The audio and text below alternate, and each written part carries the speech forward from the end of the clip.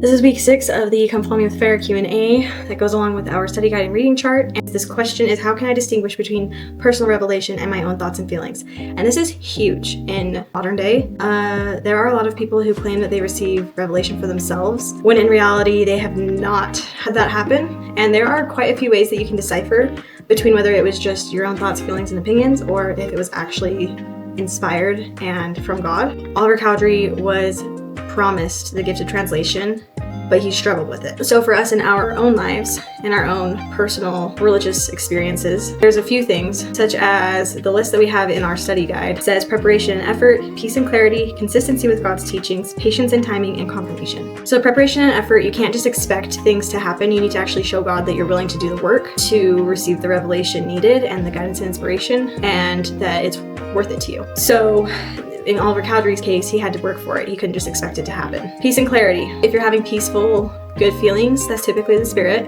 If you're having feelings of anxiety or unsure feelings, then that can typically be Satan, or it could just be your own thoughts. And between your own thoughts and maybe the adversary, those are definitely not helpful insights. And so those are probably not things that you want to take action on. All right, consistency with God's teachings. This one is difficult because there are a lot of people in the world today and among members who, if they feel like it's the best decision for them, then they assume that it's inspiration and something from God, whether it follows the commandments and the church's teachings or not, and that is simply not the case. If you feel like you have received some sort of insight or inspiration from the Spirit, from God, but it doesn't follow the commandments, it doesn't follow the teachings of the gospel, it's not helping anybody else, then typically it will probably be your own thoughts, and probably not something that you should act on either, because we have commandments for a reason, and God's prophets and apostles teach us gospel principles for a reason, and if it doesn't align with those things, then it's not inspiration from a good spot. It can be more difficult to know if it's your thoughts and feelings or if it's from God. Prophets aren't perfect, but in most cases, the things that they say are inspired.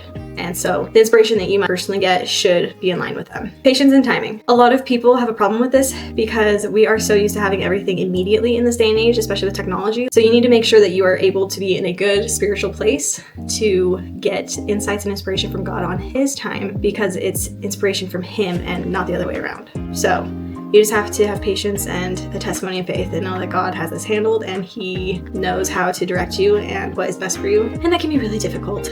And then confirmation. If you've gone through all these steps and everything still feels good and right and it's in line with the commandments and the gospel principles and teachings, and you've been patient and it just seems to fall into place and it's good, then the inspiration probably is from God and it's not just your own thoughts and feelings and opinions and perspectives. And sometimes they can go hand in hand. Sometimes you can get inspiration from God and it aligns with your desires and your own thoughts and feelings, and sometimes it doesn't, and that's when you have to have faith and be able to accept the fact that God knows better than you, and whatever He has in store is typically better than what you think is best for yourself. That's week 6.